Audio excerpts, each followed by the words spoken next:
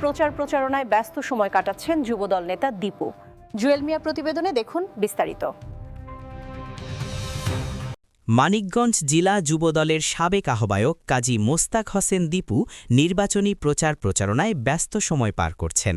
এরই ধারাবাহিকতায় আজ সন্ধ্যায় মানিকগঞ্জ ১ আসনের ঘিওর, দৌলতপুর ও শিবালয় ধানের শীষের সংসদ সদস্য প্রার্থী এস.এ. জিন্না কবিরের পক্ষে গণসংযোগ ও প্রচারণা চালান তিনি।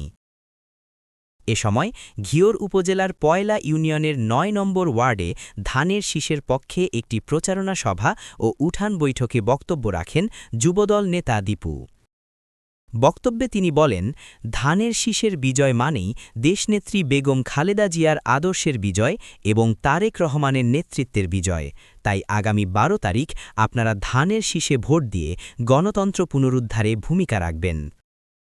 তিনি আরও বলেন, জনগণের ভোটের অধিকার ফিরিয়ে আনতে এবং দেশের গণতন্ত্র রক্ষায় ধানের শীষের কোনো বিকল্প নেই। এ সময় উপস্থিত নেতাকর্মী ও সাধারণ জনগণ ধানের শীষের পক্ষে ঐক্যবদ্ধভাবে কাজ করার প্রত্যয় ব্যক্ত করেন। সভায় স্থানীয় বিএনপি ও অঙ্গ সংগঠনের নেতাকর্মীরা উপস্থিত ছিলেন।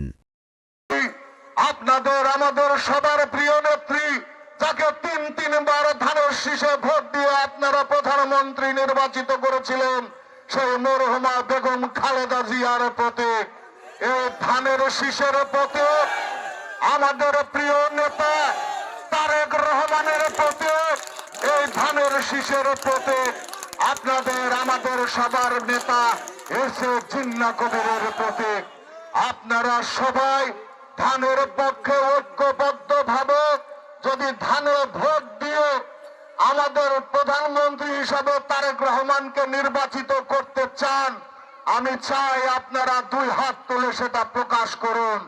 আপনারা ২ হাত তুলে সমর্থন করলেন কিনা? আমার মা বোনদের দিকে আমি হাত কম দেখতে পাচ্ছি। আমার মায়েরা কি চায় না বেগম খালেদা জিয়ার সুযোগ্য উত্তরসূরি প্রধানমন্ত্রী হোক? ইনশাআল্লাহ আপনারা যদি এভাবে তারেক রহমানকে, এস.এ. জিন্না কবিরকে ধানের পক্ষে সমর্থন দিয়ে থাকেন, ইনশাআল্লাহ ১২ ফেব্রুয়ারির নির্বাচনে ধানের শীষের বিজয় সুনিশ্চিত।